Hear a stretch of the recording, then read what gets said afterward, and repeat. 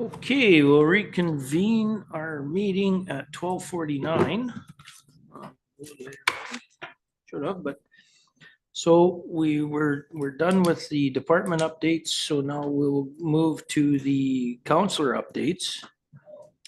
And not to pick on anybody, but how would Reeve Holland like to go first?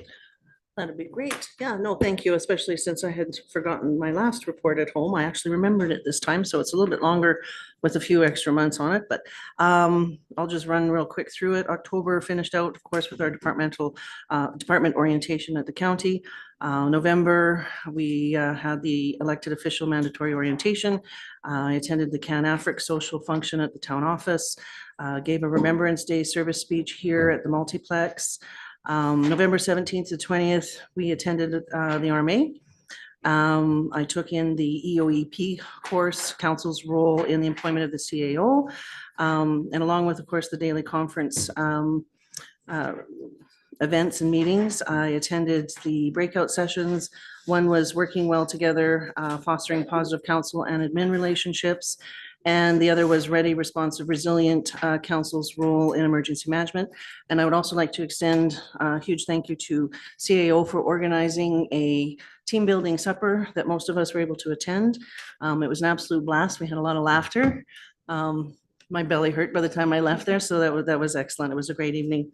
I also attended in November the District 7 Rochester Fire Department Awards, which was amazing. It was first class and well done. They really need to be commended on the event that they put together. And of course, all of the awards that were given, it's pretty amazing. December, I attended the Alpac Bridge announcement and part of that media release there. I gave the county Christmas party greetings. Mayor and I also attended the Mayor and Reeves breakfast. I participated in the lessons and carols readings, as well as the emergency management mandatory training for elected officials. In January so far, the Pembina District 3 meeting took place a couple of weeks ago now already, and also just attended the Northeast Alberta Alliance Growth and Opportunity meeting in Vegreville. And so besides our regular council meetings and our MPC meetings, I've been busy with committee work and reports for the Athabasca Landing Trail Steering Committee, Community Transportation, and of course, we also are working with the Intermunicipal Committee. Budget has been a big part of the past few months, as have been trying to keep up with updating emails, several emails.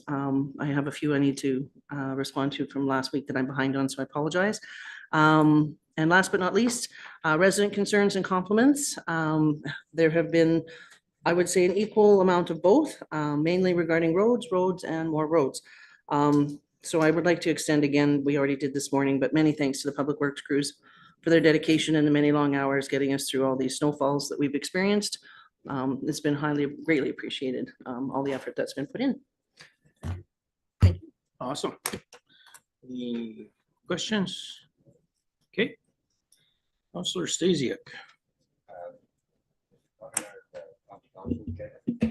It's just a brief update. If you want to give a brief update of what. I have nothing to report then, I don't think. Do I? It's up to you. No. Okay, Councillor Gallo. So I did mine a little different, just with some happenings going on in Division 9.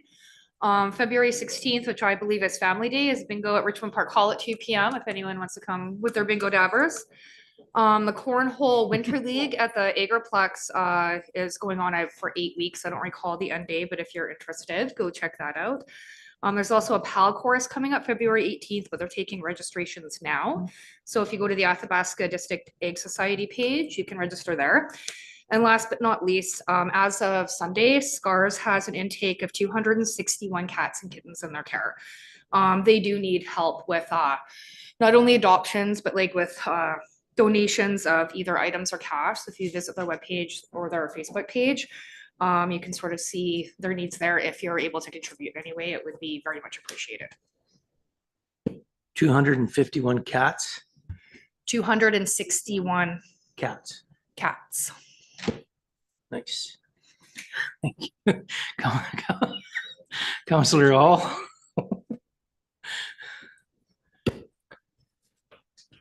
Well, I'm happy to report I don't need any cats in my yard, unfortunately for scars. So as usual, I mean, I think the balance of the reports for me will come in writing from the committees.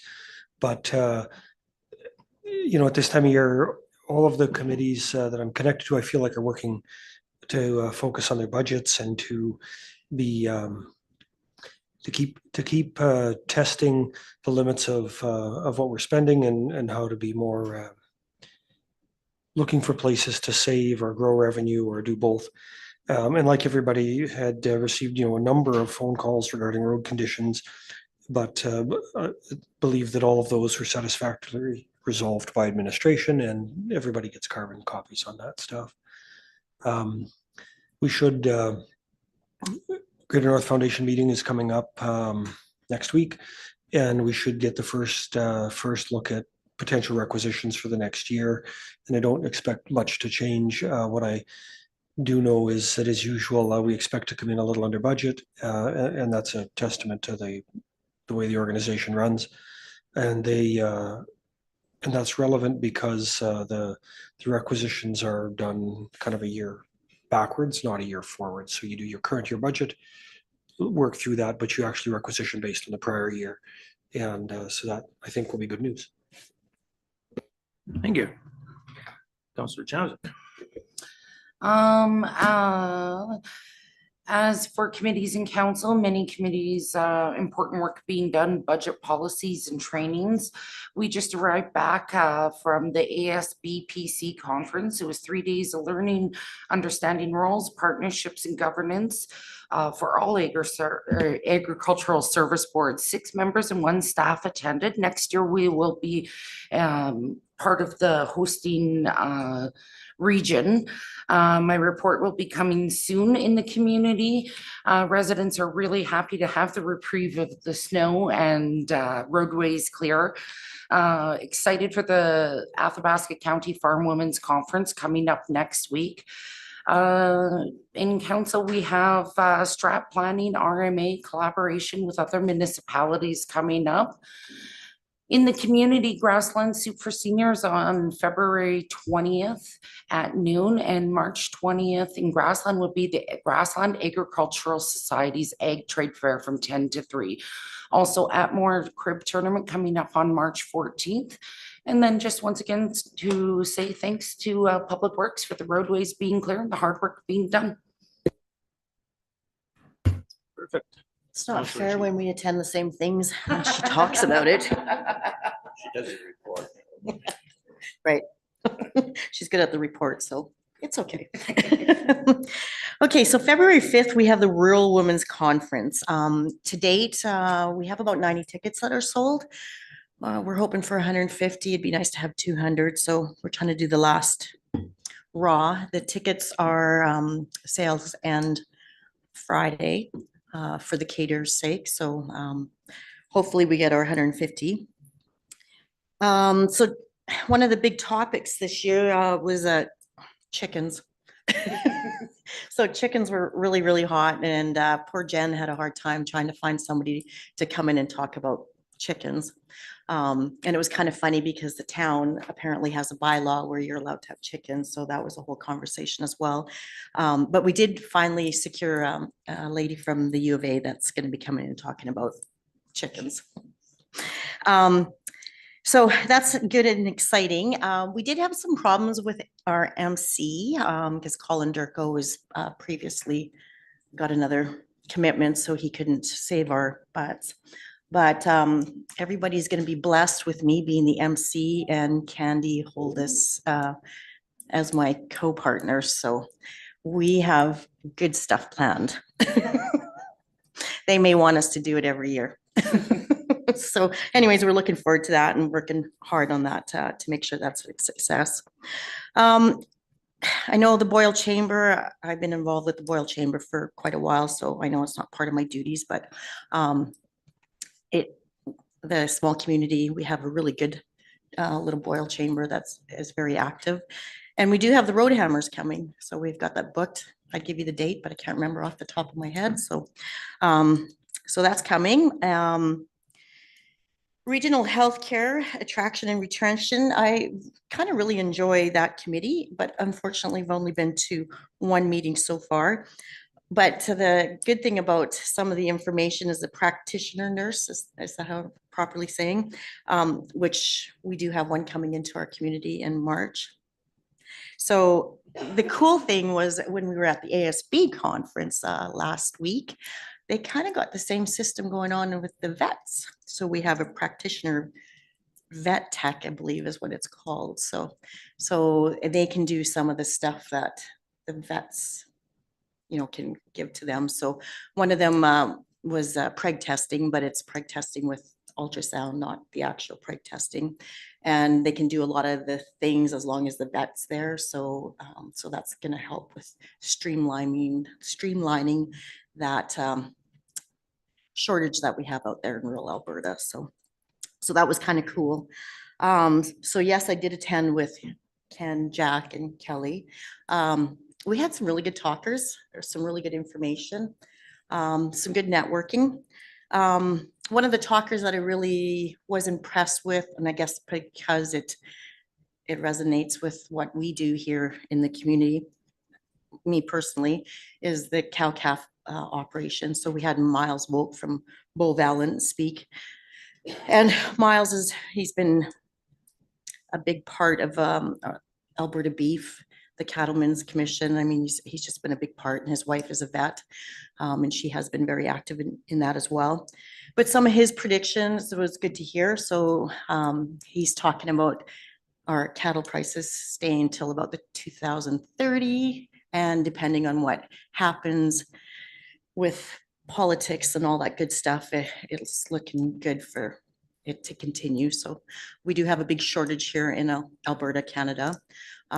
So our heifers, they've retained a pile of heifers this year, but he says the prices are coming up. So those heifers will probably hit the market again, and we'll be again short, or still short of replenishing that cow herd.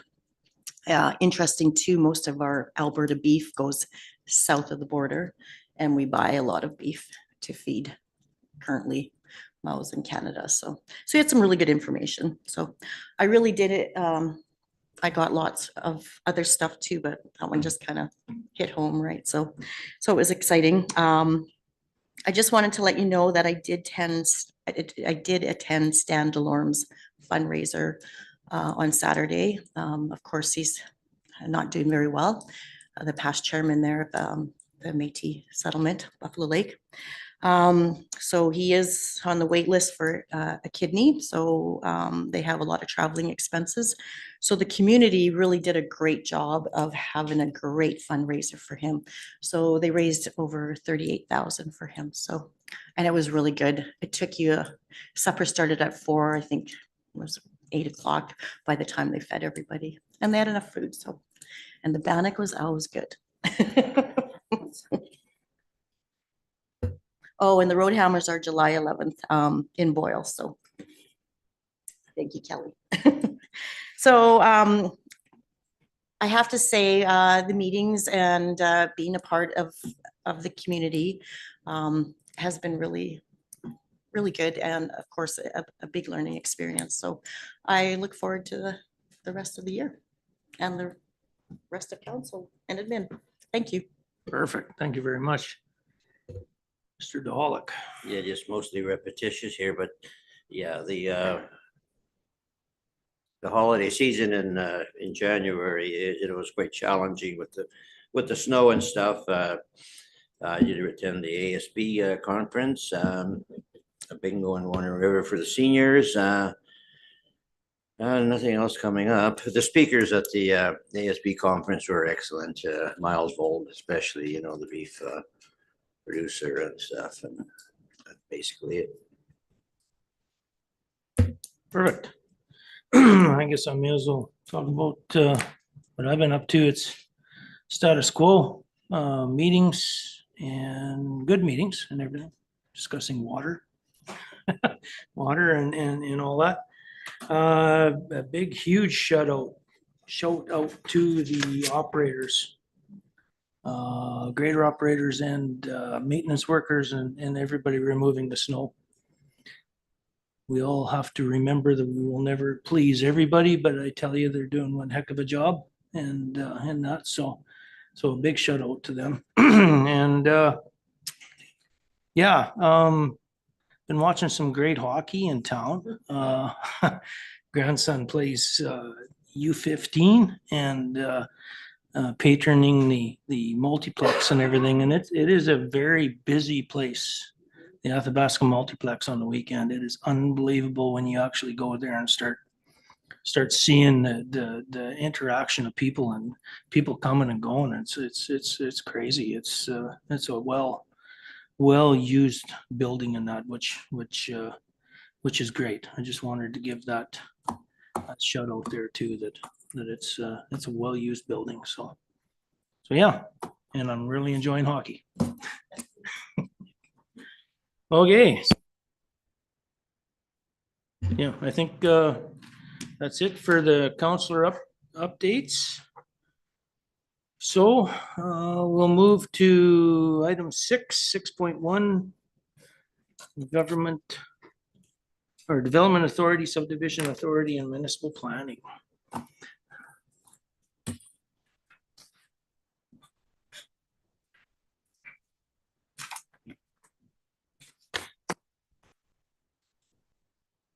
Good afternoon.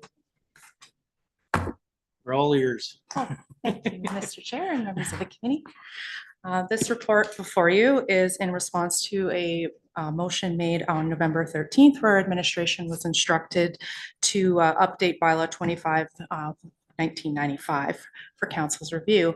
So that bylaw that was sent back to administration establishes the county's development authority. But given the dual role of the Municipal Planning Commission being the development authority and the subdivision authority, administration thought to look at this holistically and look at all of the planning authorities at play. So that's what this report is. The work that we did, we brought all of those authorities into a single bylaw, and we hope to have that discussion with you today.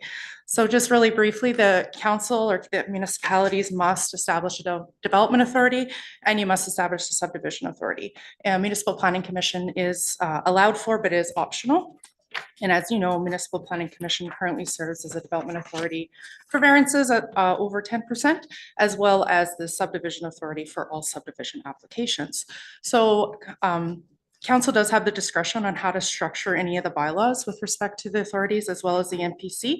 And it is common practice through some research that many municipalities will combine two or more of, for example, they'll put the MPC and the development authority together in a bylaw.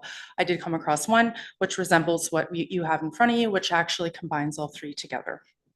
So in addition to the bylaw that we've consolidated those authorities, we are also recommending the amendments to the land use bylaws so that if there are any future changes to what the authority's job or what they're allowed to approve, there would not be a need to amend the land use bylaw in the future, which triggers the need for a public hearing. Instead, council could make those changes through bylaw. So I'll just quickly walk through what those changes look like, and there's probably a few spots that we're going to pause on and I'll have to answer some questions. So I brought two pencils because I'm sure there'll be lots of feedback. So in terms of the development authority, I think one of the bigger changes is that the CAO would be empowered or delegated the authority to appoint the development officers, which because of the CAO's responsibility for administrative oversight and employment, that makes sense for a lot of reasons, and it doesn't slow down any decision-making authority in that it would have to come to council as it currently does.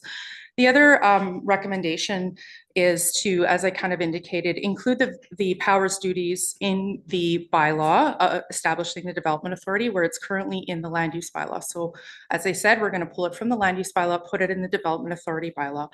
But we've also made a recommendation with respect to the development authority's variance powers, specifically related to the development officer being granted more variance power up to 50% of the regulations that are currently in the land use bylaw. As I mentioned, right now that's at 10%. So what that would mean is that the Municipal Planning Commission would only see applications for variances at 50% or more, and the development officers would be allowed to make decisions under 50%. Of course, that's just up for discussion, also why I brought my pencils. So we did provide some feedback or some statistics over the last number of years of what those variances have been requested in front of the Municipal Planning Commission. Many of them, I mean, they obviously, they vary, but lots of them have to do with as-built or existing, where there is a real effort by planning and development to bring properties into compliance. So if I can move from the development authority, the subdivision authority changes that we're recommending is that the bylaw would establish a signing authority, again, designated by the CAO. The current subdivision authority bylaw does allow for delegation from the authority to administration, but we'd like to build the bylaw so the CAO has that authority to establish that signing officer. And the other important part under the subdivision authority is that we have established guidelines for the acceptance of minor modifications at the time of endorsement. So when a subdivision is approved, there's a expectation of lot sizes and things like that. But of course, the reality is when things get surveyed, the plans may look slightly different. So what this bylaw is proposing that if there are minor modifications and provided it meets the criteria, namely being that there wouldn't be any more lots created or any changes in the number of lots, the signing authority could go ahead and approve that rather than having to bring it back to the Municipal Planning Commission or to the subdivision authority. We do want to mention that in our research, there are municipalities that do allow for those modifications on number of lots, but we are not making that recommendation. We're just allowing for minor modifications. And then the next part is on the Municipal Planning Commission as both the development authority and the subdivision authority. So just really kind of bringing things together to reflect current practices. So we kind of added some content with respect to the chair and the vice chair and what happens in the event they're absent or until they're appointed, as well adopting the council's procedural bylaw as the procedures for the Municipal Planning Commission, with some exceptions acknowledging it's a technical committee, you're making technical decisions. And then as well to embed the responsibilities of administration in supporting the MPC. And really what that's about is making sure that administration is clearly delegated the authority to send letters and notices, decisions, and all of those things, and be the signing authority to communicate MPC's decisions. So as I mentioned earlier, to make that one bylaw stand alone, we are also recommending the text amendments to the land use bylaw. And again, this isn't necessarily about changing the rules with respect to planning or development. It's more about changing where the decision-making authority is created through your policy framework. So with that, I'm happy to answer any questions, but of course, if I miss something, please kick my chair. No. Perfect. So that is a lot of information, but we had it early enough, so hopefully everybody read it. So, Reeve Holland. Thank you very much for not only the report, but for taking that dive in. When the motion came forward to look at the 1995 bylaw, it was mainly just because of the MGA being out of date, but what you've done has gone just awesome, over and above what you needed to, and I so appreciate it. I'd start with the variance authority. I think most people from previous term know exactly how I feel about variances. I get a little nervous. I totally understand where as-builts are concerned, for sure. But in concern of future growth and in concern of many of our subdivisions, many of our lake areas and that kind of thing, variances can easily create a mismatch of chaos in communities. And that makes me extremely nervous. I've never been really in favor, but I think it was what was it, 1990s or something that, you know, if anything was after 1990s, we would have a conversation about variances. Before 1990, it was kind of different. I think it was in the 90s, if I'm not mistaken, I can't remember. But anyway, long story short, I'm not in favor of 50%. As-builts maybe, but I would like to see, at least have that opportunity for council to at least see the variances coming across the desk. Yeah, so I'll leave that one there if anybody else would like to chime in on variances, because yeah. Councillor Johnson. I agree. I mean, I look back to, things have changed a lot throughout the years, but you look around at a lot of our lake subdivisions and so on and so forth, where we allowed those large variances, even visually, it just doesn't make much sense to me at all.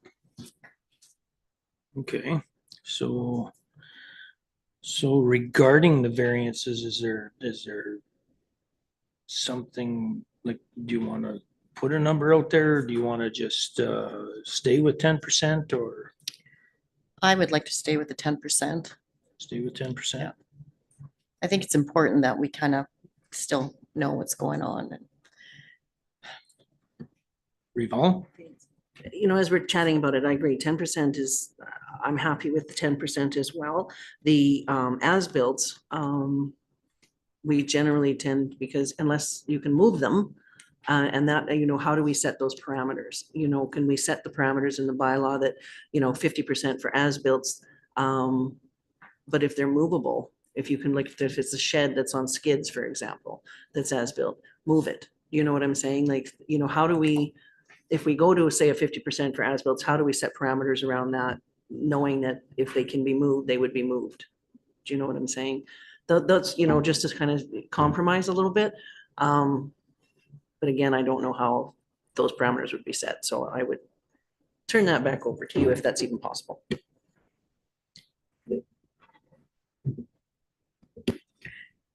So just to be clear, just because, like, if the variance ability to approve in-house without taking to the municipal planning commission was, say, set at 20%, doesn't mean that every variance that is applied for gets approved, right? So we still go through all of the questions and tests and everything, right? As far as your question goes, I think it's a pretty slippery slope to make a different variance for existing structure versus new structures, right? I think that we have to be careful about those things. If MPC wants to approve all variances above 10%, then so be it. Because when you, we don't want to have gray areas, right?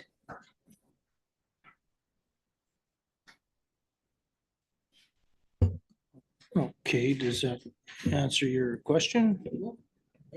So where do we, I have a okay, question. Ken, go ahead.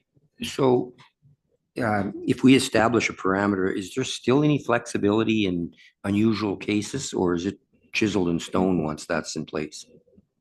Like if you were, I understand the as-built part, but if it happened to be a creek or a bush or a fence or something like that, and you're off by just some, and it wouldn't matter if it's in a farm, something atmosphere or environment, but you can't change it because of this, is there any flexibility, or are we just locking it in? So once the variance ability is built into a bylaw, we have to adhere to that. So let's take a floor area variance into consideration. So if the minimum size of floor area allowed in a certain district is 600 square feet, and somebody applies for 400 square feet, we have to bring it to the planning commission. So we do that calculation, whether it be floor area variance or a side yard variance. Those are pretty typical variances that people ask for. Sometimes it's height, sometimes it's floor area, sometimes it's offsets to property boundaries. We do the calculation, and there's no wiggle room because it's written in the bylaw. So if it's 9.5%, we make the decision in-house. If it's 10.1%, we bring it to the commission. Okay.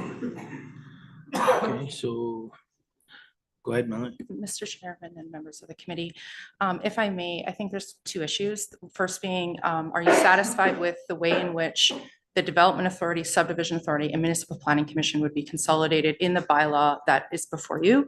And then if you're not satisfied with the variance issue, just tell us that, and we can bring back the variance to reflect what's currently in your planning documents. So for no changes, but that's why I say there's two issues. If you're okay with everything else, that's great feedback. And then we will go ahead and we'll make the changes as to include it the way it is in the planning documents with the variance authority. Perfect. That's exactly what we were looking for. So thank you for that. So is everybody okay with the structure of the bylaw itself? Oh, there's a few other things we should discuss. Oh, okay. Oh. Sounds like we're gonna discuss a few other things. So. Yeah, let's discuss, and I mean, again, that's what's beneficial about committee of the whole. We get to have these conversations and go away and think about it a little bit before the bylaw comes back. So, there's getting the information and discussing what we think, but having the time to think about it is also important. So for me, I'm good with leaving it at the 10%. I don't know where everybody else for sure is, but that's where I'm satisfied with. If we want to move into then the subdivision authority, I guess on page 40, establishes guidelines for the acceptance of minor modifications at the time of endorsement. This one I struggle with as well, because it kind of feels, and correct me if I'm wrong, it's just the impression that I'm getting from it is that the MPC would approve something, all the conditions within it, and then it goes back and it can be under, certain criteria where minor modifications are made. How does that come back to MPC to say, hey, you guys accepted this, but we changed this? Have I got that understanding correct on what the point is of minor modifications? I think the purpose, like one of the purposes is so, when they bring a tentative plan forward, that's what it is a tentative plan. And so sometimes when the surveyor actually goes out there and measures and finds that, like, even though a survey plan says it's 30 meters, it might be 29.5 meters, right? So the pins on the ground govern from the survey standpoint. So the plan that was made when, when the township system was surveyed in the late 1800s and the early 1900s, what's on the ground may differ a little bit than what's actually thought to be there. So sometimes distances may change a little bit or angles may change a little bit.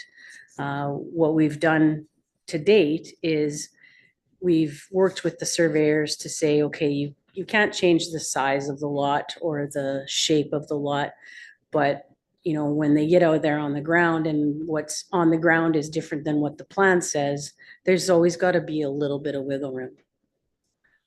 Or, sometimes they cite where the septic system might be, and when they get out there, it might be a little bit different. And so those are the types of small tweaks.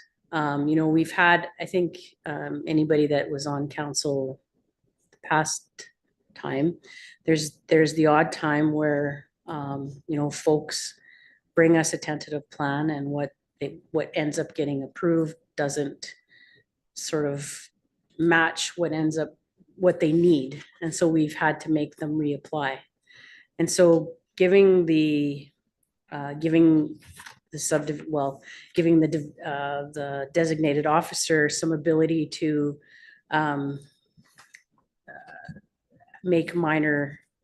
accept minor amendments to that original plan might be beneficial.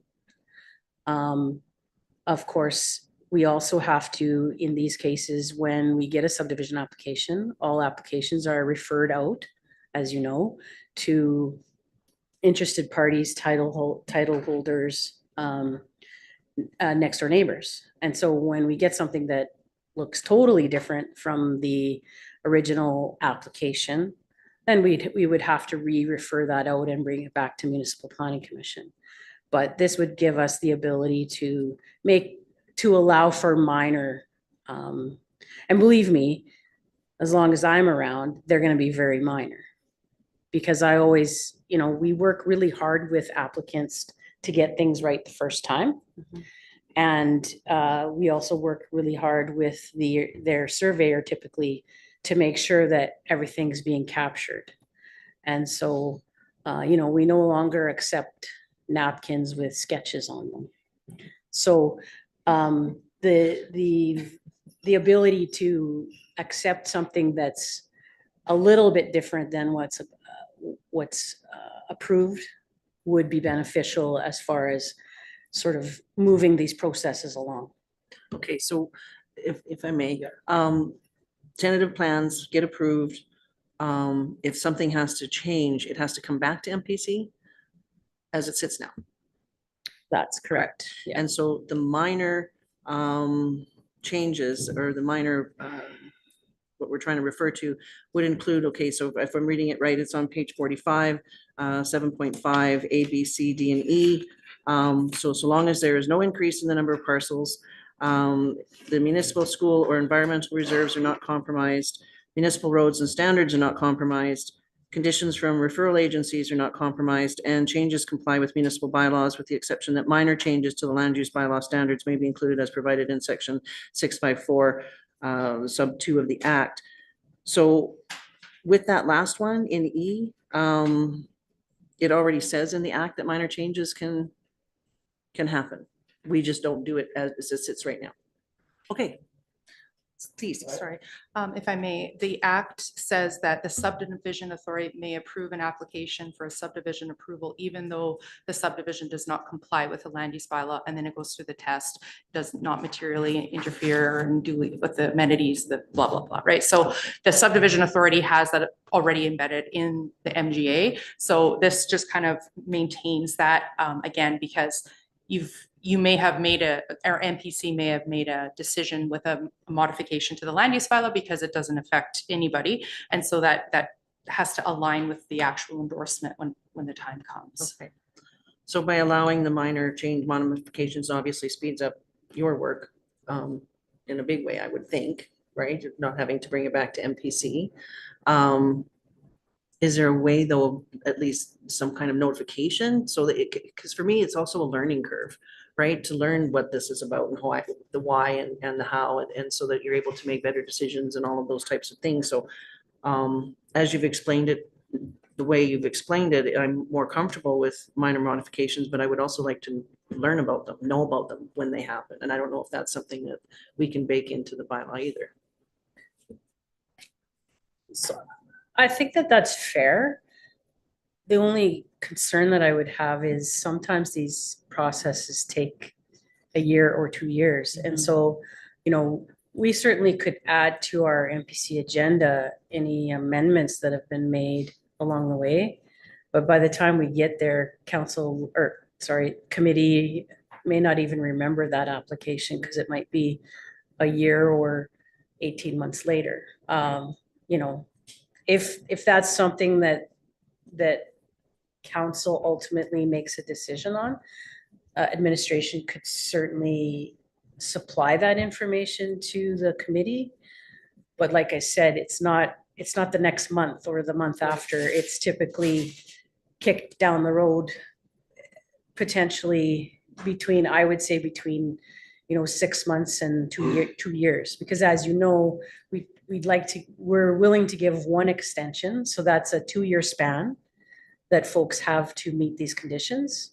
So, sort of it's going to be inside that 2 years. And by the time it comes back to the committee, that decision's kind of long gone. But if that's something that council wants to bake in here, we could consider that. Okay, thank you. Understood. So yeah, I'm more comfortable with it now with the explanation than prior to. So I really appreciate that. I just have a couple more items to look at here. Page 47.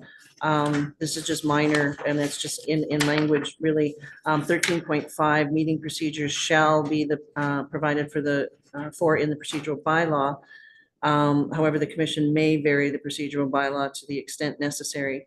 So would the shall be better off as being a may? Because I'm thinking we're almost contradicting where shall is an absolute must, but we may do some variant, you know what I mean?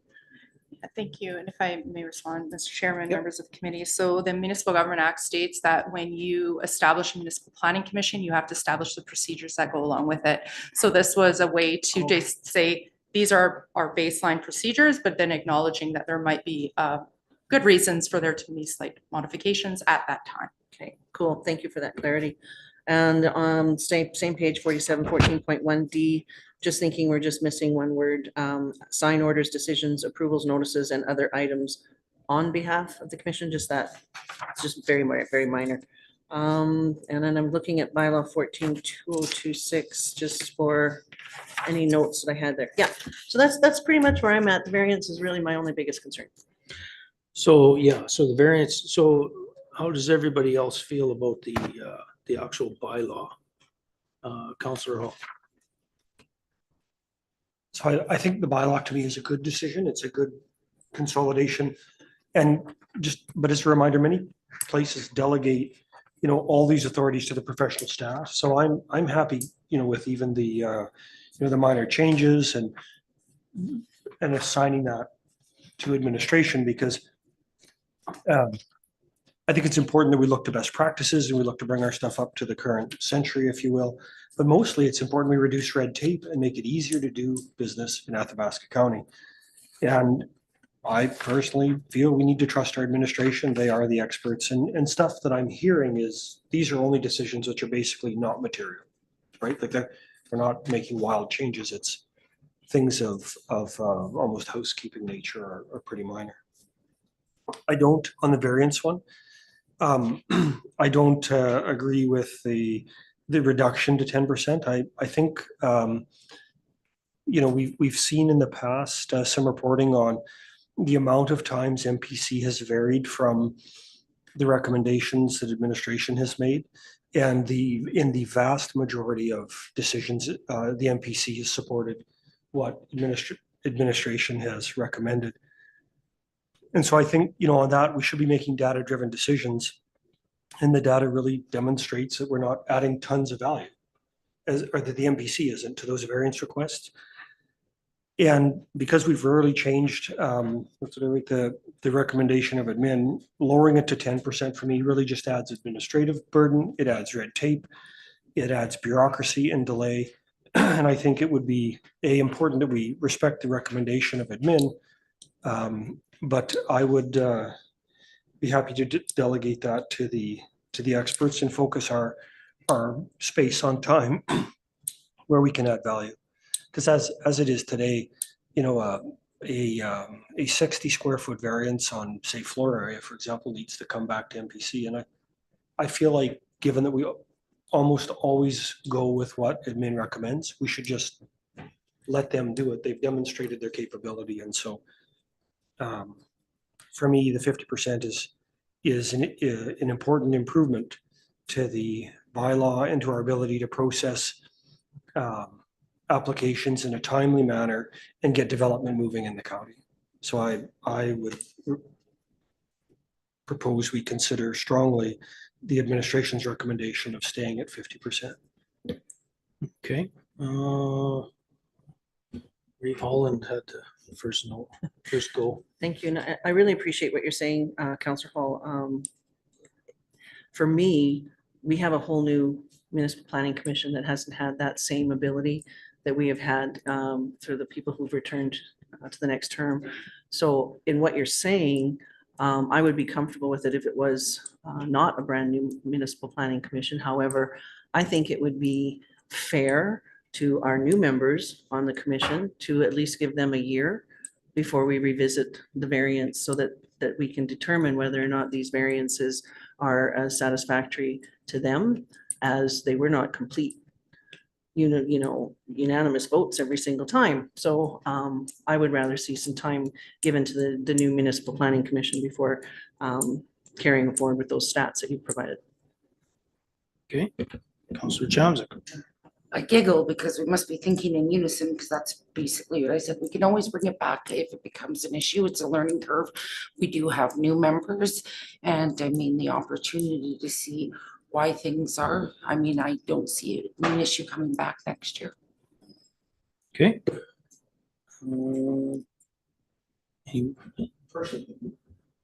I personally say we should dispense with MPC altogether, given that the data-driven decisions would tell us it doesn't and hasn't historically added value. So I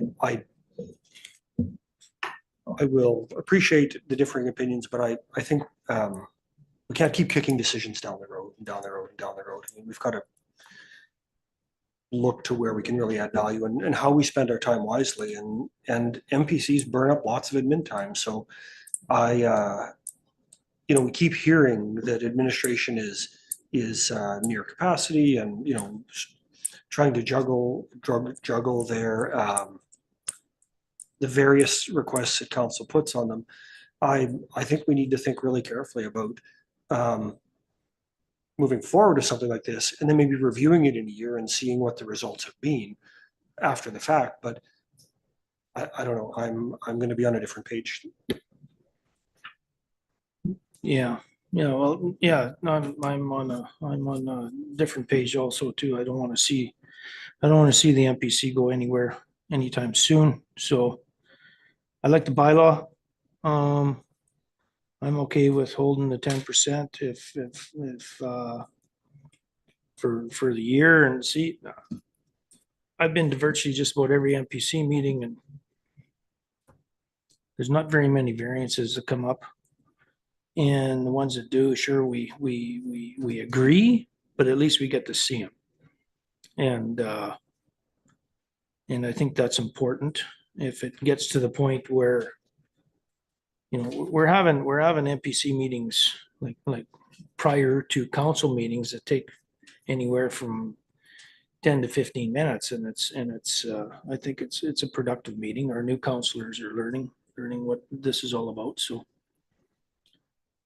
I like the bylaw though, get everything together and have one bylaw instead of three. So let's start there. Let's do the bylaw, and that's my point of view. So I don't know where to go here. I don't know if somebody wants to make a motion to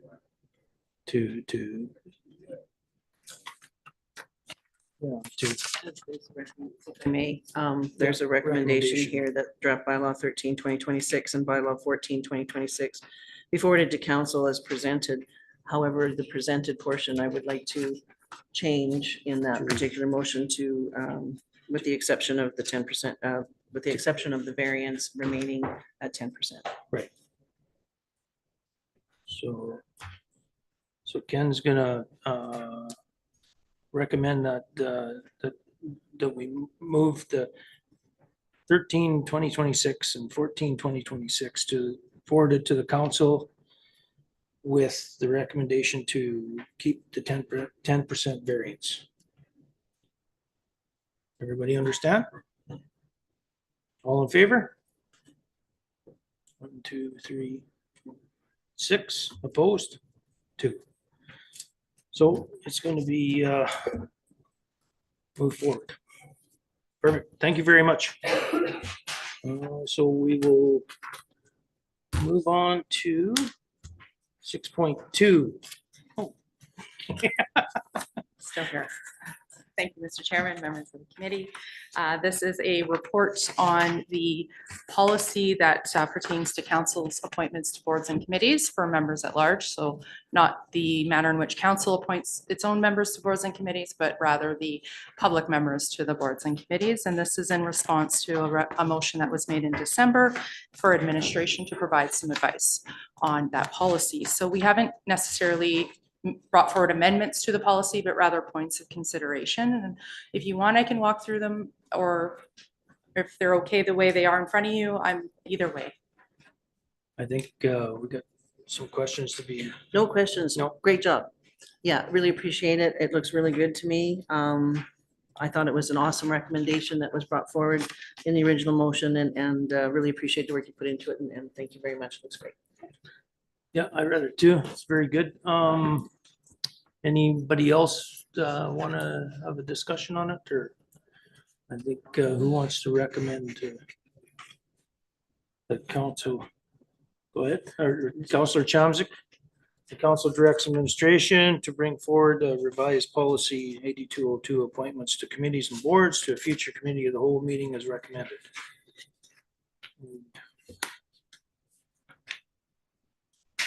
So, yeah. All in favor? Motion carried. Thank you. Thank you very much.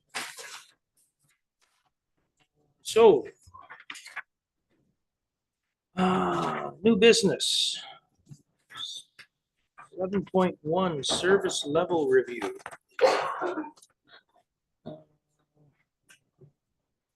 That's a schedule. I think that's CEO Beck, you brought that forward, right? Yep, I Okay. did. Yep, this is proposed for committee's review.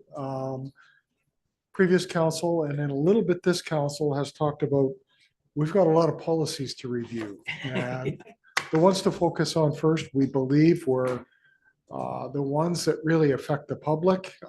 We also have to review internal policies. We have to fix some things, but the ones that really affect public's quality of life, their roads, their dust control, we're recommending those things be prioritized. And so we put together a schedule over the next year of the ones we think we could do in certain orders. This is just administration's suggestion. We're open to council's suggestion, and but otherwise we'd like to start off just by doing one big one every month until we get the big ones done. And remember that some of these won't be done in 1 month. They might start the discussion in 1 month and might go over. So, but those are some big ones that we either lack policies or some policies where we're finding some things that just, we're not sure they work. So I'll give you an example. The one winter driveway and roadway snow plowing probably needs a little work, just the administration's opinion. So,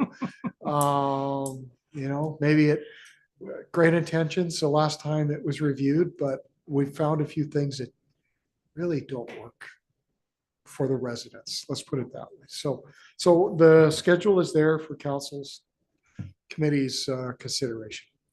I like the idea.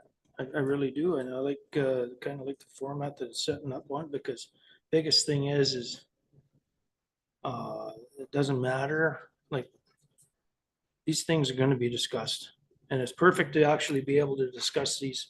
Like, we don't want to start talking about winter driveway plowing now, right? Or dust control in May and stuff like that. So I like the way it's set up. And like, let's call a spade. Every council talks about these every year. So great job. I very much like the way this is set up. How does everybody else feel? Reeve Holland. I'm sorry. Yeah, no. Yeah. Yeah, I spent a lot of time on the agenda, so I had a lot of questions, but I really like this too. I think this is fantastic and really sets us up for success and sets the county and the admin up for success. The only one other item that I have popped into my mind immediately, because it's a hot topic, is the utility rates bylaw for water. And I know you're mentioning policies, but would it be, it's a service, and it's something that I know every single council, it's in the newspaper on a regular, everybody's talking about it. They do it in December. So to prepare for any possible increases that the commission may have, et cetera, et cetera. So would we be able to add one more to this schedule? Well, this one's specific kind of to policies. Yeah. That's a bylaw. Yeah. But if I'm not mistaken, there's an outstanding motion for us to bring that back in February or March. Yes. And at one of the next meetings, we've got a bylaw on there affecting the Collington Yeah. local improvement bylaw. So in order to make that one effective, we've got to change the utilities bylaw. So it's kind of has to come back, even if it's not shown on here. There's lots of other things. This is really specific to levels of service policy. Okay, thank you. That's actually a very good point. If we could change that policy, because I really do believe also that we should be looking at utilities at budget time. Just due to the fact that we know what we're charging then. It's this changing, setting the budget and then changing the utilities bylaw after the budget's interim budget set is like crazy to me, but so yeah, I like that idea. Councilor Chowsik. Just making sure, some of these titles are very broad. spectrum, for exactly. I'm having trouble wording today. I'm just, for example, for enforcement in June, as Director Wilkinson mentioned earlier, that would that be included with the community standards, those types of things as well? Yeah. Wonderful. Well, I mean, but we're not going to address everything in there. It's kind of, council's never really established a level of service policy on what do you want from an enforcement program. That is, what do you want us to focus on? Some places, they're peace officers, they want them out there writing tickets to everybody. Then you move one county over, they don't want that. They want, can you deal with unsightly properties? Can you deal with animal complaints? I don't know if council's ever sat down and said, this is what we want from a program. You may have by council motion here and there, but some places have actually developed a policy. So we'd bring back a sample and say, council, what are your number 1, 2, and 3 priorities for us? That's what it is. A mini strat plan. Yeah. A mini strat plan. Yep. Okay. Thank you. Okay, any other, Councillor Hall? The one thing that I wondered about, this is fine, I like all of them. I wondered about the campground one, because of its impact on budgets and all of that, if that was something that, I mean, I know you don't generally want to talk about changing a program in the middle of the cycle, but I mean, for something like campgrounds, if we should try to move that to a different, more earlier time, like swapping it with June, specifically so we can start talking about what do we envision for our campgrounds going forward, so that by the time budget rolls around in the fall, we actually have a plan going forward on whether we want them to be whatever, right? Because I think that's it's a big basket. And so my thinking is that once we start a discussion, that won't happen over one meeting, that'll happen over months. And to be fair to admin, they'll need some time to work out a business plan for those campgrounds. But yeah, And by campgrounds, I don't mean I'm thinking about county campgrounds, not the ones that I'm suspecting my colleague is putting his microphone on to address. Go ahead, Jack. yeah, I agree with that. But also sometimes at the end of a season, it's pretty good to look back at what happened during the season and plan for the following season. Whatever happened the season before. If we had problems in the campground during the summer, let's fix them, and let's fix them after the season over, so we can look forward to the next year being the same or better. Could work both ways. And I make the remark because it's clear how slowly planning moves in the municipal world. So if you wanted to make a plan for campgrounds in 2027, and I mean, again, county campgrounds, where we either want them to function in a different way or, whatever we want to happen, us starting a discussion in November, given how busy November is with RMA and with budget and admin is, you're not talking about 2027, you're talking about 2028. And where if you start it in June, there's a chance to actually, June of 26 lets you have something in place for the booking season of 2027 potentially, and gives admin a fair shot to, because anyway, that's the only thought I had regarding this. Okay. Yep, Councillor Johnson. I think, with some of those things that we talk about, one of the things that us as council really have to be cognizant too of when we're planning proposed changes, perhaps whether it be campgrounds or whatever, is being very clear with our motions of if we need data relating back to whatever it may be. And I just wanted to throw that out there to be thinking about those things with some of these titles that are coming up. Yeah, I understand that. You're saying that, like, how, if we need that data regarding the campgrounds, how can we have that data? Campgrounds enforcement, whatever it may be, to build a stronger policy or whatever. Yeah. Well, and having it like this, it still doesn't mean that we can't like if we require it or administration requires it to come forward earlier, they just bring it forward, right? This is just a kind of like a program to, a guideline. There we are, a guideline, right? So, I think it's excellent. yeah, okay, so. Is that enough feedback or do we want to change something? Or I think it's a great start and I like the way it's lined up. Truly do. So. Everybody good with that? Do we need a motion? Except for information or I guess to implement it?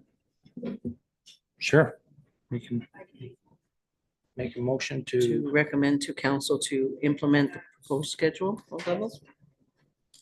recommend to council to implement the proposed schedule Of levels of service policy. of levels of service policy Review. or levels of service policy review schedule. Yep. All in favor? Opposed? Be 7-1. Motion carried. Ooh. Here's the good one. We'll try not to make you laugh too much today, okay? So 7.2 draft policy 3405 dust suppression program. Thank you for bringing this forward. Well, we thought we'd start with the easy one first. There we are. Right up until we get to the driveway plowing one. Yeah. Okay, so before you, we've brought kind of a draft dust suppression program policy. You'll notice that strategically, we have gone away from dust control to dust suppression. They do mean two totally different things. We're not eliminating dust, we are suppressing it. So with that comes a different expectation when we're talking with the public. So really, I guess the three big things we want to talk about with council is, of course, the cost share. It's heavily subsidized. It really only deals with product. And, you know, when I look at your last trend of budget and some of the challenges we had with balancing budget this year, you know, I look back to 2018, our full cost was $900 and we were charging $300. And that stayed in place until 21, when we went to $350 cost. In 2022, it went up to $385. In 2023, it went to $400. And in 2024, it dropped to $200. Yeah. If you compare that with, you know, your trends in budget, I think you got an email from me that showed your actuals. You know, you can see the result of that in 2025. So it had, yes, and it was identified in the policy that, or the RFD that I look back at, that there would be a cost savings to the ratepayer. I'm not sure that the agenda item identified what the impact on budget would be, but maybe it was. I wasn't here, so we just want to identify it for you, that what some of those changes in 2024, how it did impact your budget. It basically increased it by $350,000. Right. So, and if council's good with that, that's fine. That's a question that we wanted to discuss with you. We wanted to make sure that you had all of the information. And, you know, that our decisions are made on all the information. One of the other, excuse me.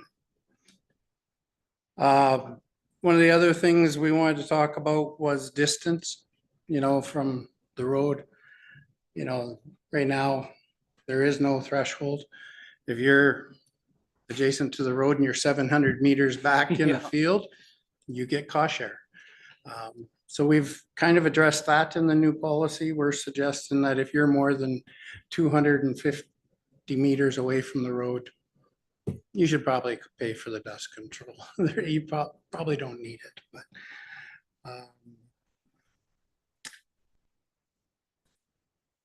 I guess more than anything, those are the things that we wanted to talk about. And you know, does the current policy meet your expectations? There's a number of things in there where we're doing subdivisions. I'm not sure if council realizes this, but back in 24, when you made the changes, that recommendation was to rescind 2408, or sorry, 3408. And 3406, I believe is the other one. Well, that's where the list of roads were that you were gonna do. So when I'm reviewing that, that list doesn't exist anymore. Although they still are doing it because nobody communicated with Public Works that that list didn't exist anymore. But my interpretation is when you rescinded that policy, you rescinded that list. And that list doesn't exist today. Now, I need to verify that with you because that's only my interpretation of it, so. Okay, Revon. Just with regards to subdivisions, for example, I pulled the original, our current policy, and it took me a little bit to try and figure out what all the changes were in the draft one. But in the current one, as it mentions in 3.3, dust control agents may be applied at no charge and at the discretion of the county for access and internal roads to county subdivisions, excluding condominiums. So rescinding the previous bylaw, remove the list, but now the new bylaw includes all of the subdivisions. So that's access roads to subdivisions. Access and internal roads. That's current. Okay, so we're gonna do them all. That's what's the current. That's what we Perfect. understood because we were wondering why. Well, that's why we're it here. was, right? But the draft mentions just access roads, Correct? right? So not the internal. So Correct. that's what was changed, So, right? But it would include all subdivisions. so the current policy does talk about subdivisions. So we only did a few.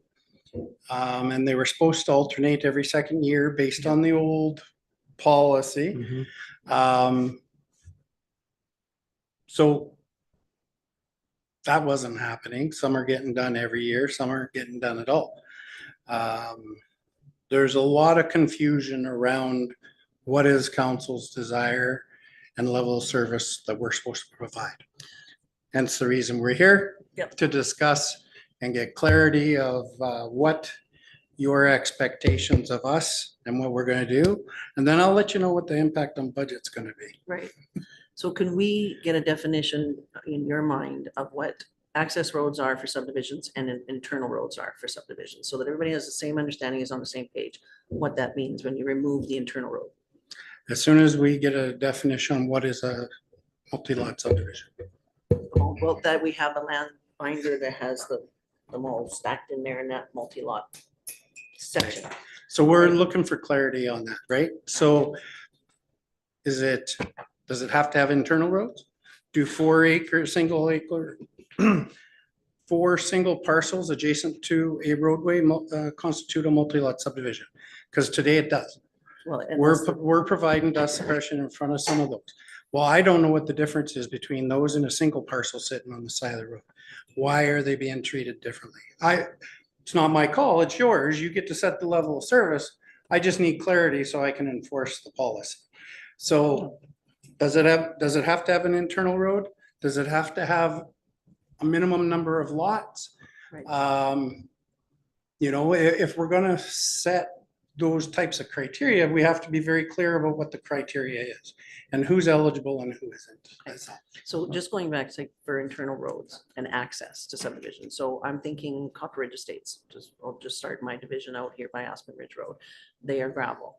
I would think the access is up to the subdivision, but when you get, as soon as you start getting into the subdivision, like the cul-de-sacs would be considered an internal road.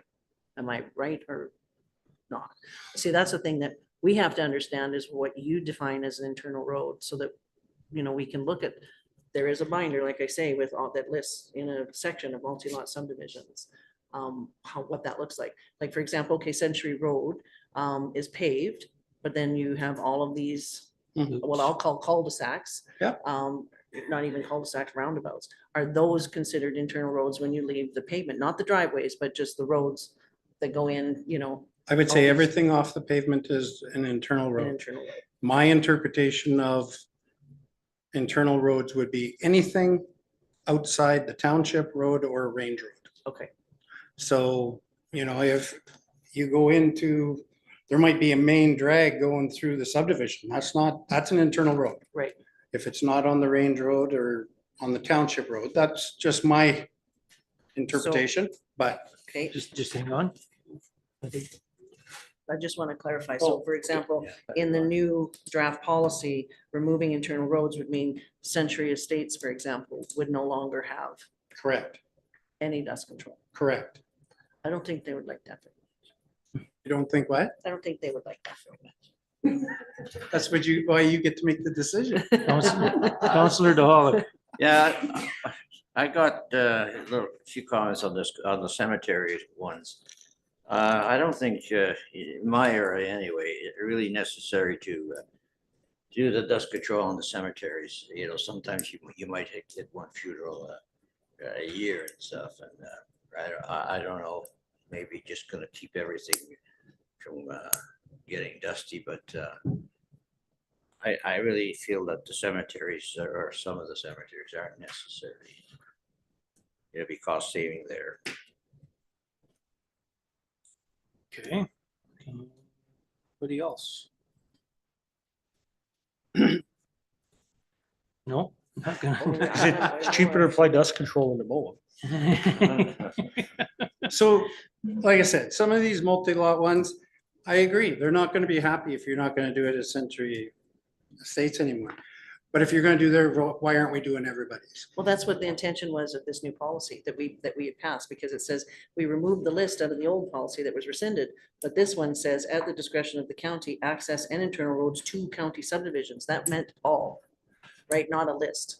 Okay, so where does a multi-lot subdivision end? Well, it's in, like I say, we understand the multi-lot subdivisions in our little land management, not land, whatever it's called. No, it's a land something book. Yeah. Councilor Hall knows the name of it, but there is an actual chapter in there that's lists the multi-lot subdivisions. That's what I understand them to be. Okay, Director Wilkinson handed them out to us, I believe, the land. The access roads to multi-lot subdivisions. I It's can a think of one where we apply dust control, and that was going into Amisk Lake. The main road going in, Amisk Lake used to pay, Amisk Lake residents used to actually pay for us to put calcium in there. And then we got rid of it and just added it on as we just do it, but I'm gonna I was looking there in the policies and stuff. So I'm gonna pick on our industrial users down in Division 1, 4, 2, the Tamarack and Flywheel and all that. We put a whole bunch of dust control down on those roads down there. How are they charged? we invoice them, Total cost? yes? Okay. As long as they're paying total cost. I'll make sure, but my understanding was it's 100% them. 100% them if we, And then the residents that are on those roads get the benefit of them paying for it. okay. Okay. The Village of Boyle, do we do any dust control? I don't think we do any that they don't pay for. Do they pay full cost? I believe so, but I can verify. Yeah, that would be very, very good to know if they pay full cost or not. I understand going into the lagoon because that's under an agreement. That's under an agreement, yeah. Yeah, but Any other thing? But I mean, we're doing transfer stations and everybody argues that there's 16 ways to get to a transfer station, so they should get their dust control for free. So, Councilor Johnson? I know in councils past, but before us, I do remember conversations about that, particular, maybe the area I live in. And they decided on a specific route. Many arguments between two routes were there, and it was, from my understanding,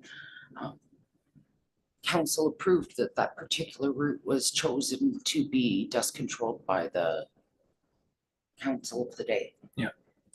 And that's the all, one north of Grassland. maybe. Yeah. Yeah, because there's two accesses going in there. So we had And to, there's two at the one at Wandering River as well. yeah, And we're doing them all. We're only, from my understanding, we were only doing the one road to the Grassland transfer station. There's it was designated as down White Swan Road North, whatever that is. that one's not near as, I think there's only 3 locations there. Yeah. It's not near as impactful as the Wandering one River. up north. There's quite a few that we provide there free of cost. So, and we're doing multi-lot subdivisions where there's 4 adjacent to the road. I'm just trying to clean it up so that Councilor Hall? So I think, I mean, I know it's it's a challenging subject because there's no easy and right answer. In some cases, a home along a busy road is a home along a busy road. And I mean, the road's development happens and the road gets busier and that's one of the features of living in the country is that we live on unpaved streets, and that's where some of the subsidy comes in, where if you want it, you can pay for it. I think for me, safety matters, and that should be one of our considerations, when the county is responsible for something. So if you're thinking about dust and the path into our campground at Narrow Lake or Forfar campground, we're creating a nuisance to the folks that live there, and do we have some obligation to tidy that up? I think maybe. But also, I think we need to think about hamlets and multi-lot subdivisions as very similar. We've on the list here, we're going to do hamlets, so Perryvale and Donnetville. And yet we're not going to do, or potentially not going to do places like Century Estates and some of the Amisk Lake stuff, although I can't remember how much is paved in there. But we've, the county at no cost to the residents, as far as I can tell, has paved hamlets.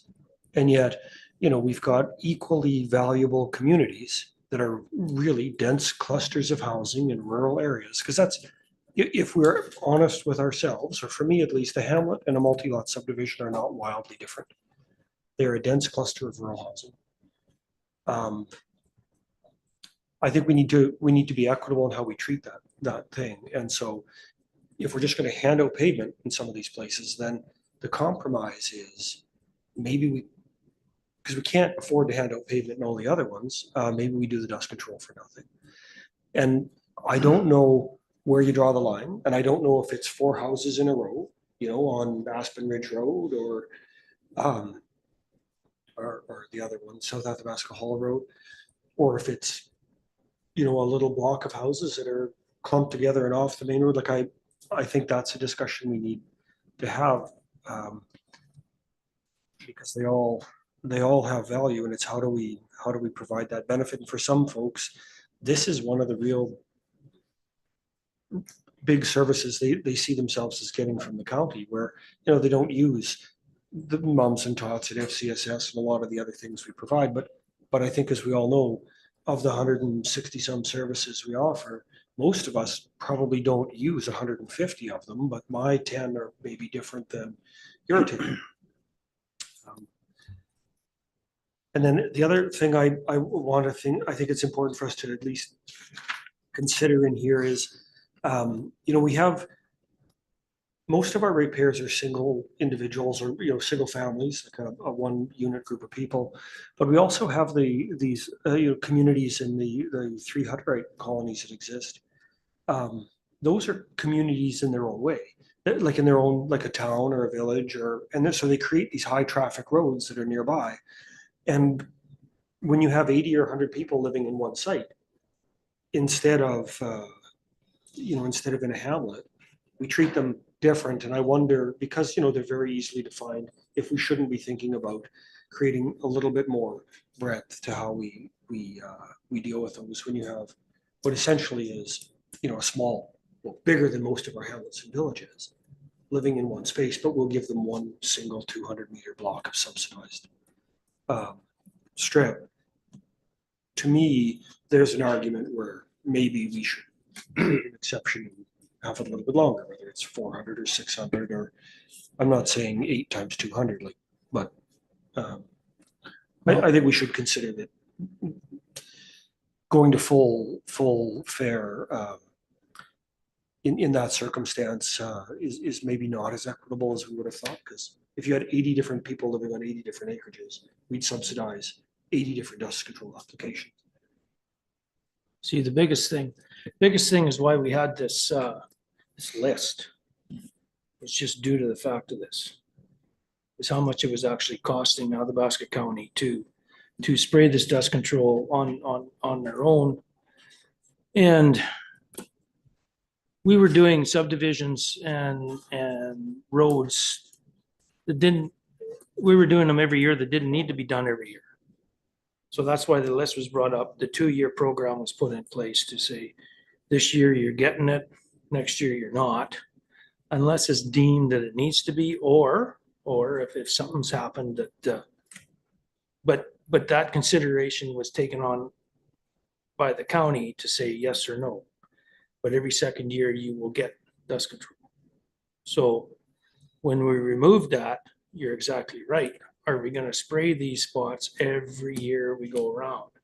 And what ends up happening is not every spot, like not every subdivision needs to be sprayed every year. Every second year is quite usually good enough, because they're not paying for it anyway. The county's supplying this dust control. So there's places out there where people pay for it that actually need to have it done twice a year because there's so much traffic.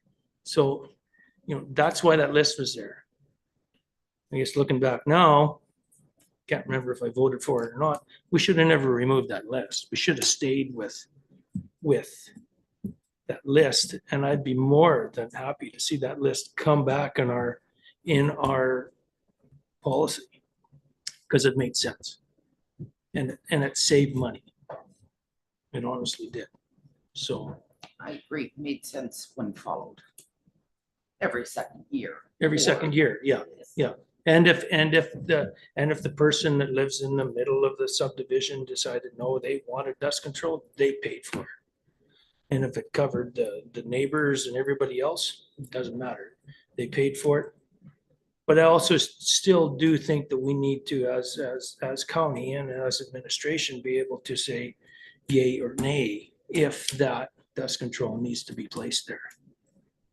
If you have somebody just because I want it, I'm going to pay the $200, and you go out there, it's just as black away from it where it is. No, I'm sorry. We have to be able to say no to people. Can't always say yes. So I would like to see that list come back and actually start working by that list. Yep, go ahead. Awesome. No, I totally agree with that as well. I think we would create quite a conundrum by telling our dense populated areas, no, that this service is being removed, especially considering when we hear, what do we get for our taxes, right? So I think, I don't know about you, but I definitely agree. 2 years, bring the list back, figure out where those locations are so that it's clear. But just moving forward a little bit as well on your draft policy, 3.24, it still mentions the dust suppression program as a 50-50 cost share program between the county and the applicant based on product costs only. Is that, I put that in there because I was trying to identify to you that the $200, if the intent is that that's a 50-50, it's only covering product. exactly? Yeah. Yeah, because it was mentioned to us when we looked at that policy that there was a heck of a deal on the product. And It is. right? And then so that also raises the question to me, that I need help with is by placing the dust control down, how much does it save on greater maintenance that offsets the cost of the dust control? Yeah. I don't know if it actually, like on short pieces, by the time, you're high bleeding to get to them after a rain, so you can deal with them when there's some moisture. I'm not sure you're saving anything on the short pieces. Right, but in the. If you're talking about long stretches, like few miles, you're probably seeing a savings there. But the amount of extra roading and stuff we have to do to try and rush out and do them after we get a little bit of moisture, Mhm. I'm not sure we're saving much. Okay. Then you gotta bring in the water truck. Yep. If you lose the moisture, you got one day. Just call it here. You got one day to get out there. And if you got 50 applications in your area, one day ain't gonna cut it. So now That's you're one day calling, longer than we have for snow plowing. what's that? That's one day longer than people expect us to have the snow done. Yeah. But that's just the nature of the beast, right? So. So I think it's important though, the council, when you bring up that 0.4 and my identification of product only, like when we're putting dust suppression down for the program, we have a water truck there full time. We have a grader prepping. We have to gravel some of them. CAO Beck and I had quite a long discussion on gravel. Yeah, you know what? Should gravel be billed to dust control? You know what? No, because it probably should just be part of the gravel program, right? But if you were looking at product and the grader time and the water truck and everything else all included, staff time, because we have a full-time checker, that would be your real costs, right? Whether that's something council wants to look at or not, that's completely up to you. Yeah. But On the- that's why we're bringing it to you. Okay. No, and I appreciate that, because I mean, we kind of looked at that in the previous years, the 400 to 385, that kind of included the operational end of Yep. things as well, right? So outside the product. So just moving forward, just on a couple of things before we get off that topic, or to get off that topic for a little bit. Any residence that is more than 250 meters from the roadway may apply for dust suppression, but is not eligible for cost share. Where did the 250 meter? It's just other policies that I'm familiar with in other municipalities. Okay. It's where they've drawn the line. Okay, because yeah, and it all depends too on location, right? Is there vegetation that's in the way? Because as you mentioned, safety matters, but so does health and environment, right? And depending on the wind, depending on the vegetation that's around some of these homes, et cetera, et cetera, et cetera, you can see that stuff travel for a mile, right? And it can get pretty You sketchy. live in a So, valley. exactly. You have all of these different factors that depending on how far dust can actually go. And it does, I read in doing a little bit of research on this, one thing that stuck out in my mind is 1 car, 1 mile, 1 car, 1 mile, 1 year, 1 ton of dust on a gravel road. Blew my mind, right? And so when you start thinking about how much dust is being dumped in the environment, dumped on, these kinds of things, it's a lot of dust. And so when you're looking at 150 cars on one road, you're getting a heck of a lot more moving than what we think, right? And so that was a concern for me on the 250. I was just curious where it came from.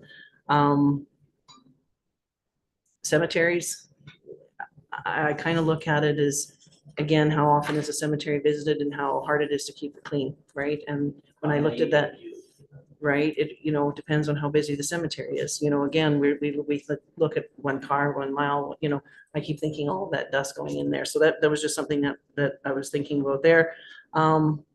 the additional sections of dust suppression application must be done in a minimum of 100 meters section.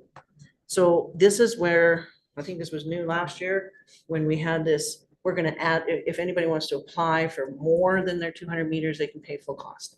I'd like to see that gone. Because we don't have, we're talking time as well, right? On all of this kind of stuff and how much time it takes. Some people were not getting dust control, and I know weather's a factor, but not getting dust control till July or August, wondering why they bothered, right? So because we're adding people wanting more than the 200 meters than what we've allotted and saying, well, hey, I want another 100, I want another 200, I want another, it just continually adds more work in that area before it can move on to another. So you're saying, oh, okay, I'm sorry. I thought you were saying they could cost share as much as they wanted. No, I mean. You're saying nothing over 200 meters. Nothing over 200 meters. Okay. No more That's- additional sections, no more, I want more, I want more, I want more, no more additional. Yeah, I would like to see that completely, no more additional. You get 200 meters, you get 200 meters, unless you live on the corner, right? Where it was 200 in front and 200 on the side, kind of thing. That's just my personal opinion. And then, yeah, because it mentions applicants are required to clearly identify where they want the dust suppression. That's all cool. I'm just trying to go through the whole thing. There was one more, the every 2 years we mentioned. No additional. I think I pretty much covered it all, but yeah, this is always a tough one and people are pretty much expecting their $200 this year. Are we looking at changing the amount? Whether it be from 200 to 250 or 200 to 300, are we looking at considering that? I think that's what this discussion is kind of all about. I think the administration wants to know where we're sitting and everything. Councillor Stasiak has been very patient and I want to go to him. Just a quick question. Might go up. Is this our only source of dust control or is there other options we have? In my division, past my place even, I've noticed once we put dust control, sometimes it becomes burdensome because you get a pothole in it, it's rough, you can't grade it. Is there something better that we could be using that may be cheaper and would change the whole picture of how much dust control we can apply at the same cost? Absolutely. Pavement. Yeah, it's called base pave. Yeah. It's $1.5 million a mile. No, that's just in Division 1. That's not. But I noticed, No connector. You know, well, in fairness, we've assessed and reviewed a number of products, as all municipalities do. We're all looking for the silver bullet that, because we all know what it is and we can't afford it, right? We Right. all know what But no, asphalt does. why I'm asking this is in Perryville, that one street that was tore up last year, something was put on that road and it smells like petroleum, but yet it doesn't solidify. It's like gravel, so a grader can maintain it. Was It's that a- something different or what is that? So I believe that was fiber mat is what was put down there, but there's lots of other things like that. SB 90 is another soft oil that you can kind of work whenever you want. But the problem is all of those, you put them down on the top of the subgrade road surface and you don't have any base course in between them. And they trap moisture and sooner or later it's gonna fail. And then your road is 100% saturated underneath and you basically gotta tear out the whole road and dry it out and start over. But I mean, there are, unless it's sandy, that's a different scenario. But there are a lot of different products out there. But the reality is that, you know, this seems to be the product that gives us the best bang for our buck. And you're not going to get any cheaper. And the chances are, we're like, I mean, the well is right outside our back door. Like we're as close to the supply chain as you can get. So that's why we're getting such a good rate on a per liter cost. You know, I used to spray about 500,000 liters of used oil. Yeah. We could work that. Wasn't very good for the environment. Environment. And get it down by the lake. Councillor Chamblick. One thing, two little things. when I look at dwelling, I'm just curious, does that mean RVs are also now considered dwellings? I can tell you that last year I approved 3 locations that, when I read your definition of a dwelling in the Yeah. policy, they have kitchen, they have operating washrooms, and the other was sleeping quarters, I believe. And they had a blue sign. Yeah. Yeah. I really had no mechanism to say no, so I approved it. So And the, sorry, Go ahead. if you don't mind, follow up afterwards. Low attention span. Yeah. Rotating divisions, I missed that. I didn't see it anywhere in the policy. In the past, it would be divisions 6, 1, 9 on a rotational for dust suppression and we're just For the order they're for done. whatever order, but. It's a yeah, good just idea so to put it that- in the policy. Making It's- sure that stays within the policy. 'cause I Yeah, think it's still a always- procedure for us, but Okay. we could make sure that it made it back into the policy because that's important. But it's still part of the procedure. Yeah, I So- think it's important because definitely when you're on that tail end of things compared to the first, it all depends on how. the For first sure. works. Thank you. Counselor Dahlik. Well, I think, I know, there's a lot of places in my division that gets oil or dust control, and it doesn't need it every year. Who determines whether they need it or not? The applicant. Yeah, my wife insisted we have it. We don't need it. I'm at the end of the road. You're gonna have to talk to her. You know, I think I'm out. if you're doing it year after year, not just in 1 year, but the next year it should be doubled. Well, you convince, Well, we're your a whole lot closest of other friends people here. You gotta convince, you know, I don't think it's gotta be done every year. Counselor Hall. So that's an interesting comment. And does it require being done every year? Like Yeah. where I live, it would, should be excluded from the program because you can't be going fast enough to make dust there. So I would even have trouble with the stat about, a ton of dust per year because that may explain the inside of my house, but I don't think that really does.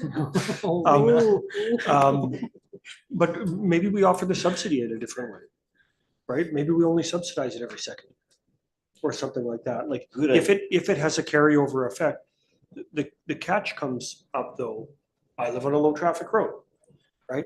Maybe someone else lives on a really high traffic road. And so every second year is not enough and maybe it does need it every year, but I guess what I'm trying to get to is we've got something from the past. We don't have to rebuild it exactly that. Like if anything was possible, well, what might we do? And remember that other municipalities like nearby, Barhead, Westlock, they're $700 and $900 to do what we're doing for $200. So we're providing really good value. And maybe there's some room just to amend our pricing too, in a way, that admin could provide us some advice on. When I was looking after the dust control program, I figured out what it was costing us per spray. And with gravel, equipment, manpower was $900 if we added everything in, right? So that was back a few years ago. Let's look at inflation and everything like that. Roughly, I'm just throwing it through my head. It could be up around $1,100 per spray. And if it is, we're charging $200. And honestly, everybody can pay $200 and they will keep paying and they'll keep paying to get. And that's why we have these extra add-ons. Because now they're not paying, they used to pay actual cost when it was $900. But now actual cost of the product is estimated at $400. So that's why you get all these add-ons and stuff like that. So I think we need to possibly look at. And the number of applicants. Well, that came up because. At 200. At $200, all of a sudden, oh, that's peanuts. Let's get this because, and I agree with Jack. like, it's so cost efficient now for people to buy. People at the end of their roads are buying it. And I have no idea why, but they are. And because it's so cost efficient.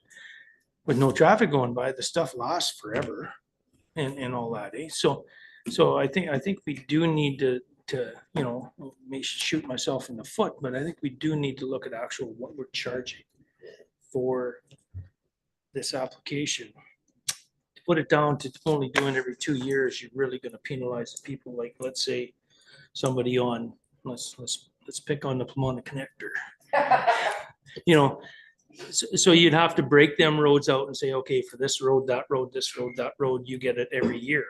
But all these others, well, that's a nightmare. I So- just need 3 or 4 more staff. Yeah. I could manage all that for you. No. Yeah, exactly. And I know what you're going through. So I think we need to look at the actual charge of calcium, bring back that list, the actual charge of what we're charging to apply it for the application, and I think that'll chase away the people that are getting all these add-ons. And yeah, well, we can do it that way too, but Well, we have the list.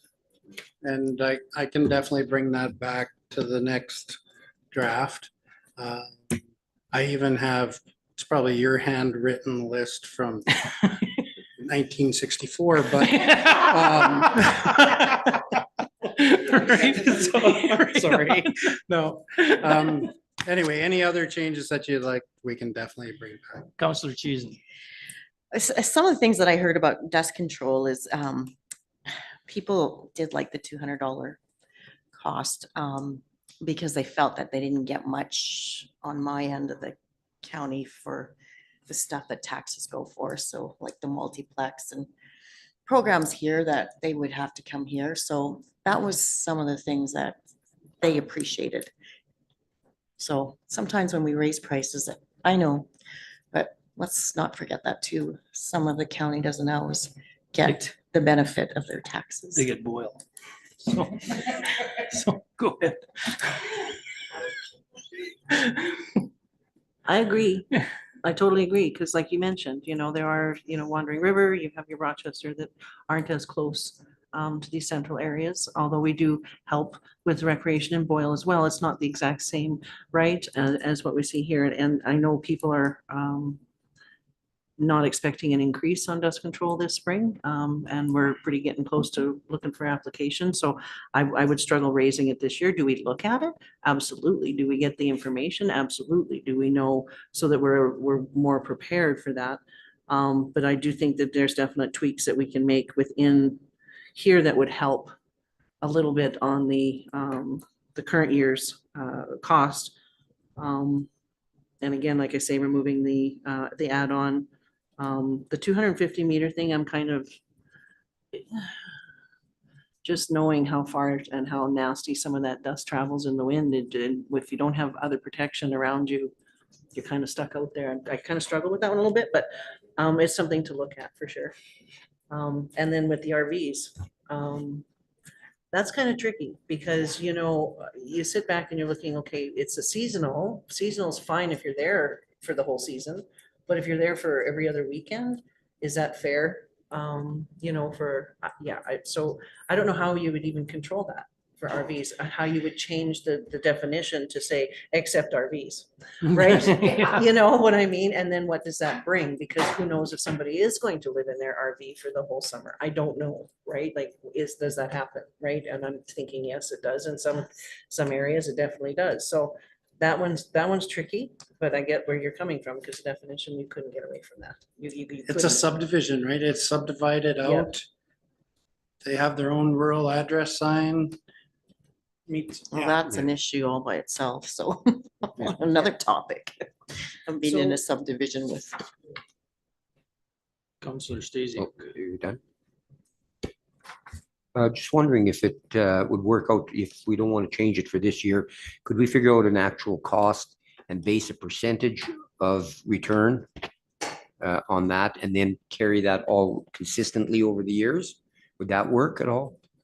So you're saying like 30, you're gonna pay 66 and they're gonna pay 33 or No, no, 50. no, I'm just saying that for future use, if we decide that 1,100 is the magic number of cost and we want to achieve 300, well, now we're going to be looking at 28% cost to the applicant. We can do anything. And then that way we don't have to keep revisiting how much we're going to charge this year or next year, or if we feel sorry 1 year or whatever. I don't know. I'm just throwing that out there. Is that an option? Oh, you know, there's revisiting lots- it all the time is great too, but it's going to be a 2-hour discussion about, what cost we're going to have. Let's just make something consistent and say, okay, it's going to be 30% of the cost of our costs, 30% right across the board. That's what it costs. That's easy That's for what I us to do, right? And that's So- just going back to- Pardon me? that was just what we were going back to what we were doing, and we could figure it out. Right. Costs to increase the skills. But how did it end And- up from $600? Where did they rate that? Somewhere from $600 down to 400, down to 200, like that sort of moves away from the consistency. Like, how did it drop? Like, what happened? Council dropped. See, and so I think in fairness, that way, if we establish the percentage, whatever it is, it could be $200, it could be 300, I don't know, but establish something and let's move with it. I mean, lots of places do that where every year at the end of the year, you figure out what your cost per meter was and you break it down and that's the new rate for next year and you apply whatever percentage council has chosen, whether it's 50 or 30 or 25, whatever. That's easy. That's something that takes a couple minutes at the end of the year to do. So that's not difficult at all. So when do we send out? Is it in April? February 28th. Well, yeah, it's coming fast, so, That's why this one's here first. yeah, because we got an actual cost of what it costed it. Can we get an actual? I already cost? know what it costs. Yeah, Oh, I asked for the water truck today, but I mean, I know how much we spent on the product. I know how much we spent on gravel. I know how much grader time. I just had to ask for the water truck today. Pardon me, the gravel you kind of put into the program rather I than. think the gravel should probably be part of a gravel program, Yeah. not necessarily dust control. I agree. if we're gonna go every 3 years. Yeah. Could be, we were every 4 years, so what we would do is we left it in the dust control program just due to the fact that road might not be gravelled every 2 years or something like that. But chances are that road will be gravelled every 3 years, so, yep, no, sounds good to me. So do you kind of know where, does everybody So agree we on have where we're the, going? Ability to think out of the box a little bit more though with our budget. And we've talked about, setting it as a factor of the cost, which is certainly one method. But it also leaves your budget open to a runaway. We could also just budget a set amount of money and say, we're prepared to spend 500 grand on this in subsidies. And whatever the applications are, they are, and divide it up after, get their credit card or get it signed or send them a bill. Send them a bill. Yeah. no, I Yeah, don't no, think that- I think that would be. We don't, or we can look at it, whatever, I don't know, there's just, I think we can, I think we have to also put some kind of stops on our budget too, because this just can end up being sort of a runaway train on cost. I'll just put a plug out there real quick. I'd like to see Tower Road done. Just saying, just considering the traffic that's on that particular area. but Well, I'll do just we put it build out a there. town for that though? Because that's theirs to maintain. Only a It's mile. town. Mile and a half. That wasn't the question, is do we build a town for the dust control that goes on? Oh, they apply it in their own area. In their own jurisdiction, they apply it. What's that? The dust control on Tower Road, when you come off the highway. Yeah. The town does it. No. What do you mean, no? No, we do. I was informed the town did it. No, absolutely not. We do So it do we We would- charge them? because it's our ratepayers on the other side. They'll pay for the stuff on their ratepayers on their side, but right off the highway, we do. Because our ratepayers are there. So why don't we do the whole thing? Because it's not a multi-lot subdivision, so.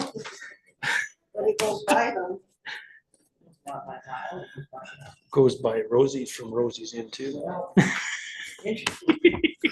Okay, so I guess we'll take it back.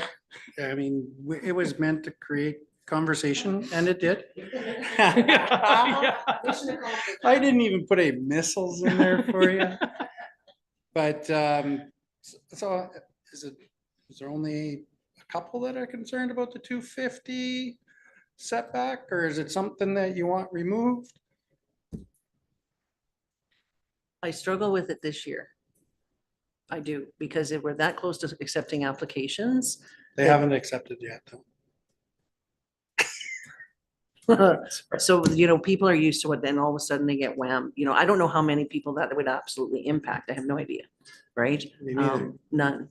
And so to do it, I would rather give a heads up than slam them with it at a surprise when we're accepting applications at the end of the month, in a month.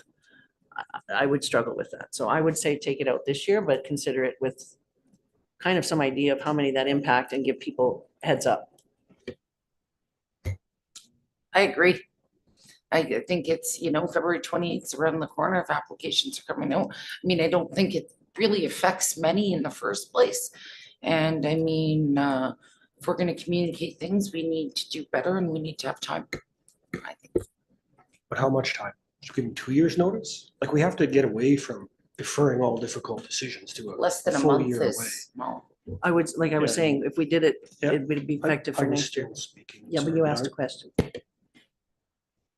I guess the what I'm looking at is we don't want to defer the time on the cost, but now we're going to defer the time on the setback. We didn't say we were gonna change the cost. We were gonna look at what it looked like.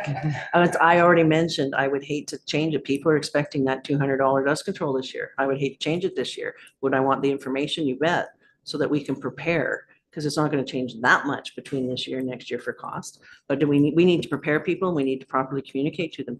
This is why people get mad. We need to try and respect that. That's my opinion. It always brings up some very good conversation.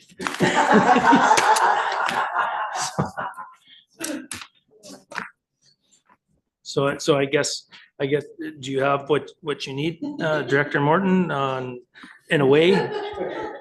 I've heard bring it back in 2027. So, I would like to see it come back with. You want the list, the list, you and want the then 250 out. We'll come up with something, well, you know what? Rotational. Come up We'll with- bring something else back for discussion. and- Rotational divisions. Remove the add-ons. I'm not No okay more with add-ons. add-ons. I think we need to have those. There are exceptions to these things that we have to be able to. But that will be looked at At full when this cost. cost comes Yeah. in. Because when people start understanding that they're gonna have to pay the actual cost For that add-on. for that add-on, that may cancel some of these add-ons. I think So it's in. having the full cost. ability to have it though is important, because there may be moments where, like, the exceptions where it's useful and relevant to. And I guess I would want to know what that criteria is, that it's relevant and useful.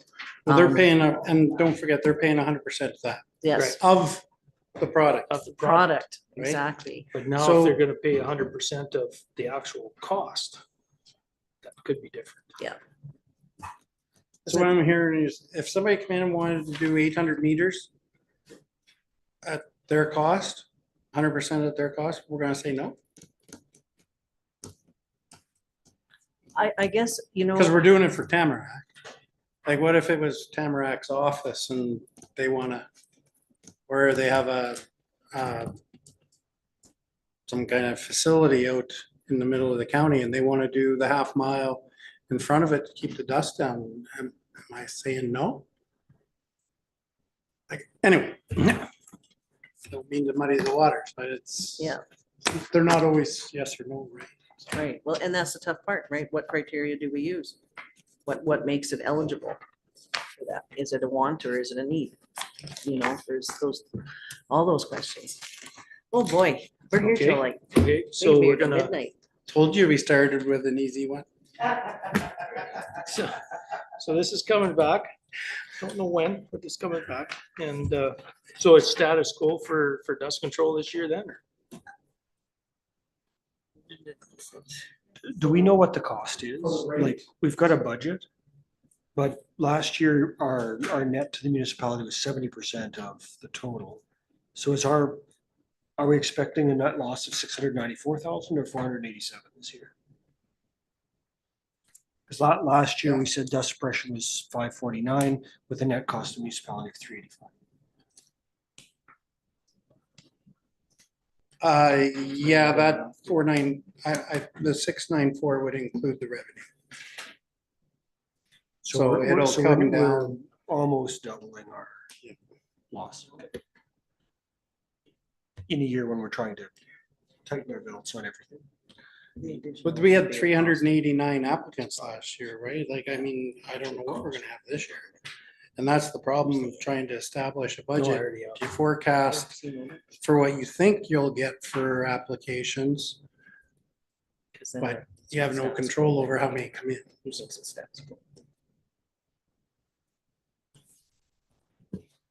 Well, okay, so is that, is the policy gonna come back before the end of February or, okay, perfect, then we can beat it to death again. So, I think we better It'll take be a here break. Thursday. Right on. Yay. So I think we're gonna take a 10-minute break because we need one, and then we're gonna hit closed session. I would make a motion that we go into closed session. Right, Counselor Hall? Sure, but we don't have 7-3. Oh, yeah, 7-3. Would it, like, sir, we, just to keep things moving, we can deal with that when we go into closed to take a break? Yep. Yeah, 7-3. I move we accept it for information.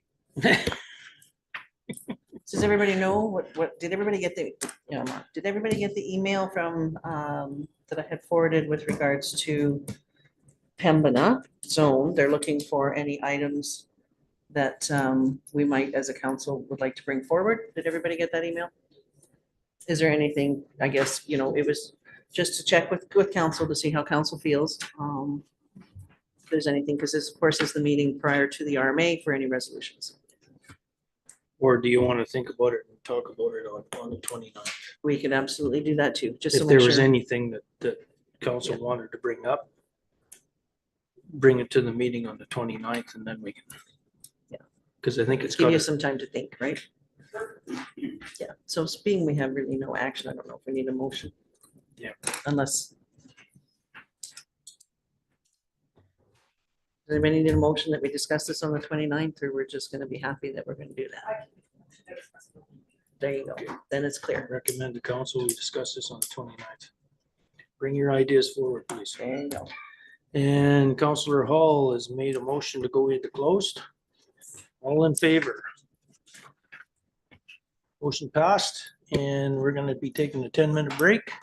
So it's, and please be here at about 2:57.